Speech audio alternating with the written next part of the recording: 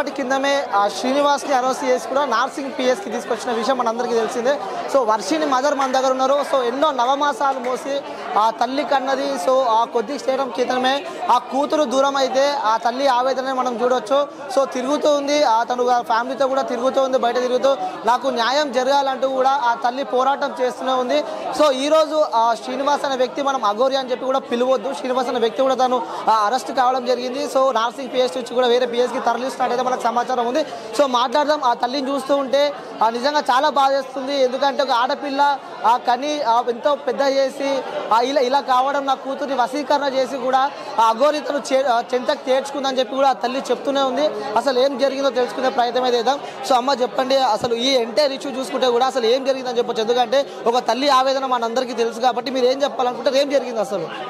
మంచి పని చేశారండి, అరెస్ట్ చేసి. ఎంతమంది అమ్మాయిలు మోసం చేస్తాడండి. రాధికాని ఆమె వచ్చిందండి, ఆమెను చూస్తే ప్రాణ ఉసూరు మందండి. అట్లాగే నా పిల్లలు మోసం చేసి ఏ నరబలి ఇవ్వాలో అని చూశాడండి. కానీ మాకు మీడియా వాళ్ళు, శివరుద్ర స్వామి గారు, ఈ జోగి వాళ్ళందరూ ఉండి మాకు అండగా ఉండి మా పిల్లలు మాకు తీసుకున్నందుకు పోలీస్ డిపార్ట్మెంట్ వారికి, తెలంగాణ సీఎం రేవంత్ రెడ్డి గారికి, ఆంధ్రప్రదేశ్ సీఎం చంద్రబాబు నాయుడుకి కృతజ్ఞతలు తెలియజేస్తున్నామండి. అంటే వర్షిని కూడా తీసుకురావడం జరిగింది. సో కుటుంబ సభ్యులతో కూడా అక్కడ నుంచి ఇక్కడికి తీసుకురావడం జరిగింది. సో వచ్చిన తర్వాత కూడా మళ్ళీ తను బయటికి ఎలా వెళ్ళింది, ఏం జరిగింది అంటారు అసలు? ఆమె నా ఫోన్ తీసుకుందండి పాప. మేము ఇవ్వకపోతే నేను యూట్యూబ్ చూసుకుంటానమ్మని అడిగిందండి. ఆ ఫోన్ తీసుకున్న క్రమంలో అఘోరి ఫోన్ చేసిందండి. చేసి నువ్వు వచ్చేసాయి, నేను క్యాబులు అన్నీ రెడీ చేస్తానని అందండి. సరే మేము విజయవాడ దిగామండి. అక్కడి నుంచి మేము తెనాలి బస్సు ఎక్కుదామనే క్రమంలో అమ్మ నాకు ఆకలేస్తుందని అంది. టిఫిన్ ఇప్పించామండి. ఇప్పించాక వాష్రూమ్ అందండి.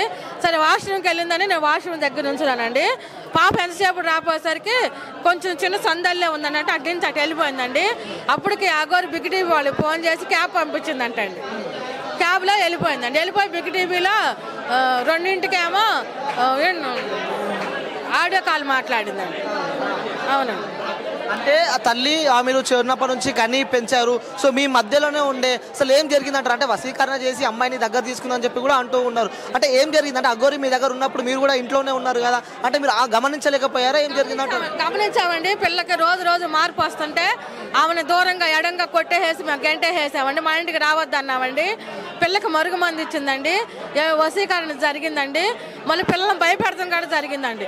నువ్వు కానీ నాకు లొంగకపోతే మీ ఫ్యామిలీ నా మంత్రశక్తితో సంపేచేస్తాను, మీ అన్నికి పెళ్లి కాకుండా చేస్తాను, నిన్ను ఒంటరిని చేసేస్తాను అని భయపెట్టిందండి. పిల్లని అమ్మ చెప్పి ఏడ్చిందండి. ఏడ్చినాక అమ్మ ఏంటంటే ఏడ్చావు అని ఆమె కొట్టేసరికి అమ్మ నేను ఎన్ని చెప్పాయని ఆమె నన్ను ఎలగొట్టావని మళ్ళీ నన్ను బెదిరెత్తుందమ్మా అని చెప్పిందండి. అదే లక్షలు చెక్కు ఇచ్చింది, చెక్కు తీసుకొని నేను వర్షిని తీసుకొచ్చిన అని చెప్పి కూడా మరి ఆ శ్రీనివాస్ చెప్పడం మనం చెక్కు ఫోన్లు 4 ఫోన్లు కొందండి మా అబ్బాయికి ఇచ్చి. ఆ బిక్సీ వాడి దగ్గర మాకు బిల్లులు ఉన్నాయి, అన్నీ ఉన్నాయి. ఆ ₹1,00,000 ఫోన్లకి ఇచ్చింది ఆమె. మేము అన్ని బిల్లులు చూపిస్తాం. అంటే మనం చూస్తున్నాం వర్షిని మాట్లాడేటప్పుడు నాకు ఎలాంటి వశీకరణ ఇలాంటివి ఏం జరగలేదు, నేను ఇష్టపూర్వకంగా నేను అఘోరి అమ్మ దగ్గరికి వెళ్తున్నా అని చెప్పి కూడా తను చెప్తుంది. అంటే తను మీతో ఉన్నప్పుడు, ఇంట్లో ఉన్నప్పుడు ఎలా ఉండేది తను? మాతో అంతా బాగానే ఉందండి. అమ్మ నన్ను బలవంతం చేస్తుంది, నాకు వెళ్ళాలంటే భయంగా ఉంది, నీకు ఒక ప్లాన్ వేస్తాను, నా అంతటికి నేనే మేజర్ని, నేను నా ఇష్టపూర్వంగా వెళ్తానని లెటర్ ఇమ్మందంటే అది ఆడియో కాల్ దొరికిందండి మాకు. నేను మేజర్ని నా ఇష్టపూర్వకంగా వెళ్తున్నానని ఆ కాగితం ఇచ్చి రమ్మందంటే అట్లానే ఆ ప్లాన్ ప్రకారం వెళ్ళిందండి.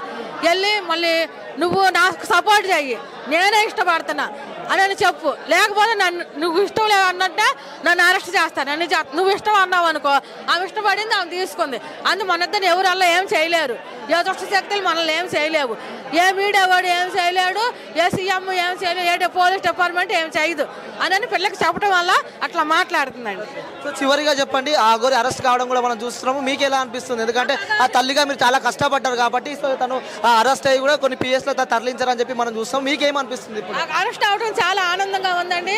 కష్టపడ్డ వాళ్ళందరూ అక్కడగా శివరుద్ర స్వామి గారికి, శశి టీవీ భాను గారికి, నెంబర్ 1 టీవీ వాళ్ళకి, ఆజాత్ గారికి, జోగినీలకి, శివరుద్ర స్వామి గారి నా పాదాభివందనాలు. ఖచ్చితంగా ఉండి పోరాడి నా పిల్లలు నాకు ఇచ్చినందుకు అందరికీ చాలా వందనాలండి. అంటే ఇలాంటివి చూస్తూ ఉంటే ఇంతకుముందు కూడా ఒక అమ్మాయి బయటకు వచ్చి ఫస్ట్ మ్యారేజ్ చేసుకున్నా అని చెప్పి తను కూడా బయటికి రావడం జరిగింది. అంటే ఇలాంటివి మనం ఇంకా చూస్తూనే ఉన్నాం. ఇలాంటివి జరగకుండా, ఎందుకంటే నువ్వు ఆవేదన వ్యక్తం చేసావు కాబట్టి ఇలాంటి సంఘటనలు జరగకుండా ఉండాలి అంటే చూసే వాళ్ళకి ఏం చెప్తారు? ఇలాంటి సంఘటనలు జరగకుండా ఉండాలంటే అని జీవిత ఖైదు చేసి ఉరిశిక్ష చేయాలండి. ఉరిశిక్ష చేయాలని చెప్పి కోరుకుంటున్నాను. ఉరిశిక్ష చేయాలని కోరుకుంటున్నానండి. Thank you. మాకులాగా ఇంకా ఆడపిల్ల అబ్బలకు బలి అవ్వకూడదని మేము కోరుకుంటున్నామండి. వాడిని ఉరిశిక్ష చేయాలని కోరుకుంటున్నాం. చివరిగా మీతో ఆ వర్షిని ఏమని మాట్లాడింది? చివరిగా అమ్మ నాకు టార్చర్ తట్టుకోలేకపోతున్నాను, మిమ్మల్ని చంపేస్తానంటుంది, అదేమంటే నీ అంతటి నీ మీద చేసుకోమంటుంది, నాకు భయంగా ఉందమ్మని మాట్లాడటం జరిగిందండి. ఇప్పుడు ఆ తల్లి మీ దగ్గరకు వస్తే ఆపడానికి అఘోరితి వెళ్ళిందని చాలా మంది అనుకున్నారు బయట, కానీ అఘోరి శ్రీనివాసు కావాలని తీసుకెళ్ళాడా? ఏం జరిగింది? కావాలని తీసుకెళ్ళాడండి, మమ్మల్ని బెదిరించాడండి, మిమ్మల్ని చంపేస్తాను మా మంచి శక్తుల చేత లొంగకపోతే ఒకసారి అందరూ ఆగండి, ఆగండి 1 మినిట్, ఒకసారి అందరు జరగండి, నీకు మై కెమెరాస్ అందరూ బయట తీసుకున్నట్టు మేడం ఒక నిమిషం ఆగండి.